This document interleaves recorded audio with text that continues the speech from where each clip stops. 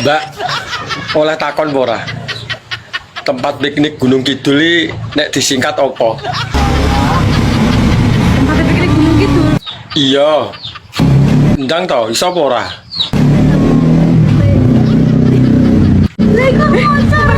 Gundul. Lah terus nggone sapa sing gundul? Udah situ apa ini tangannya ini? Seru. Lah sing ngomong awakmu lho du aku. Sama sing gundul, jadi siapa gundul? Lah jaremu mau ngono lho. Yo non, utane. Parah nih. Ki aku sakit POTW omahmu. Apa ya roh omahku iki? Wong omahku lho pindah-pindah.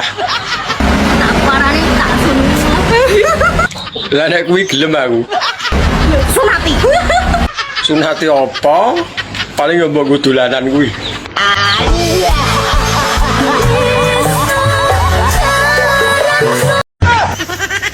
Turumu ning ndi?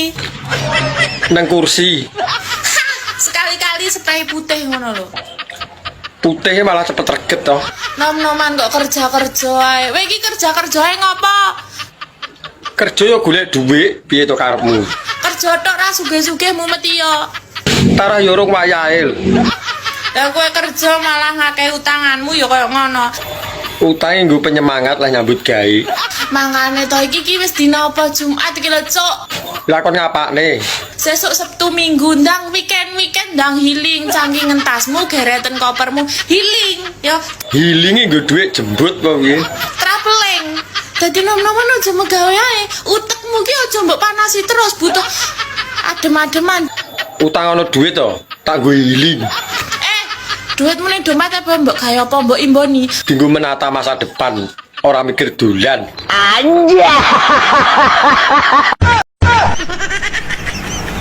Aku ki sida pengen rapi prato yang.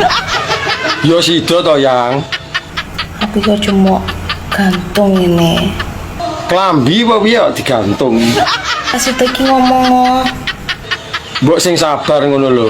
Wis to, bakal kelakon sing dadi panyuwunmu. Aku tak golek wong liya. Ngantek golek wong liya, tak. Aku ya butuh istrik barang, ya butuh liyane. Aku lho yo ngebet, tapi yo piye meneh, keadaan lho enggak memungkinkan. Danane lho urung cukup. Lah cilik sik apa piye? Kemasan enak apa piye gantung ini ki. Era sida ki ngomong. Ndeng satset ngono. Sabar nggih sayang. Bakal tak buktekne nek tresnaku mung kanggo sliramu.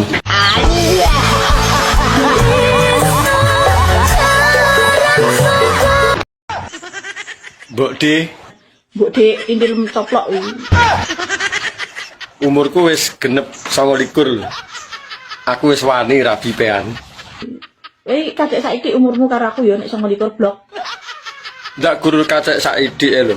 Kaya karo sapa ae. Mbok ndang digenepi. Maki kowe iki ketuweken wong kowe, ora usah genep-genep kowe. Tuweke malah gurih lho rumangsam. Wis termasuk Joko tuwek kon, yo nek ning desa maksude. Deloken kambil ge. Saya tuwek no santene saya akeh. Wis ora tandinganku kowe. Kuwi lak kanggomu. Asline Joko tapi rasa duda ping 15. Kaya roh-roh ae. Lah aku lho sik Joko Tulen.